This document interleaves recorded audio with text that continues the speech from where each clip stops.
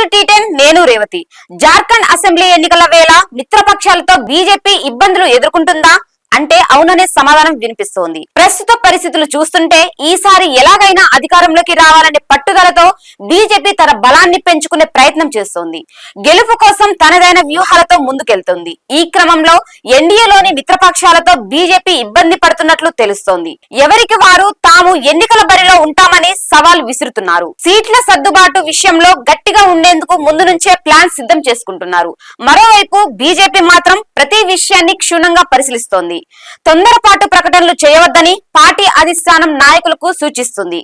Jharkhand assembly ఎన్నికలకు ముందు అన్ని రాజకీయ పార్టీలు తమ బలాన్ని పెంచుకోవడంపై దృష్టి పెట్టాయి. పొరుగు రాష్ట్రమైన బీహార్ లో ప్రభావం చూపే ఎన్డీఏలో భాగస్వామ్య పక్షాలు జార్ఖండ్ ఎన్నికల్లో పోటీకి ఆసక్తి చూపిస్తున్నాయి. బీహార్ ముఖ్యమంత్రి నితీష్ కుమార్ కు చెందిన జేడీయూతో పాటు జితన్ రామ్ మంజుకు చెందిన హిందుస్థానీ అవాం మోర్చా హమ్ పార్టీ, లోక్ జనశక్తి పార్టీలు జార్ఖండ్ లో పోటీకి సిద్ధమవుతున్నాయి. ఈ క్రమంలో ఎల్జేపీ పార్టీ జాతీయ కార్యవర్గ సమావేశం ఆగస్టు 25న జార్ఖండ్ రాజధాని రాంచీలో జరగనుంది.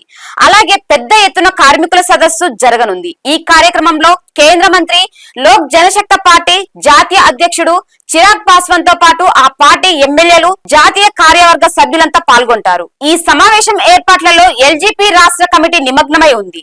లోక్ జనశక్తి పార్టీ జార్ఖండ్ రాష్ట్ర అధ్యక్షుడు వీరేంద్ర ప్రధాన్ మాట్లాడుతూ జార్ఖండ్ లో 28కి పైగా స్థానాల్లో పార్టీ పటిష్ట స్థితిలో ఉందని, అక్కడ పార్టీ తన అభ్యర్థులను పోటీకి పెడుతుందన్నారు.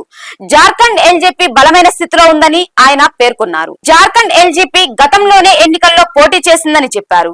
ఎల్జేపీ ఒంటరిగా పోటీ చేస్తే బీజేపీ కొంత ఇబ్బంది పడే అవకాశాలున్నాయని రాజకీయ విశ్లేషకులు అంచనా చేస్తున్నారు.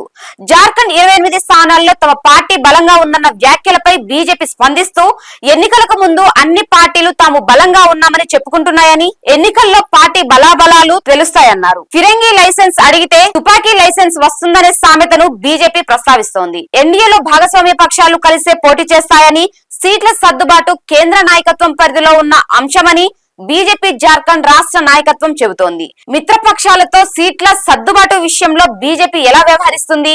ఎన్డీఏ పక్షాలు కలిసి పోటీ చేస్తాయా లేదా వేరువేరుగా పోటీ చేస్తాయా అనేది త్వరలో క్లారిటీ రానుంది. ఇది ఇవాల్టి న్యూస్. చూస్తూనే ఉండండి టీ10.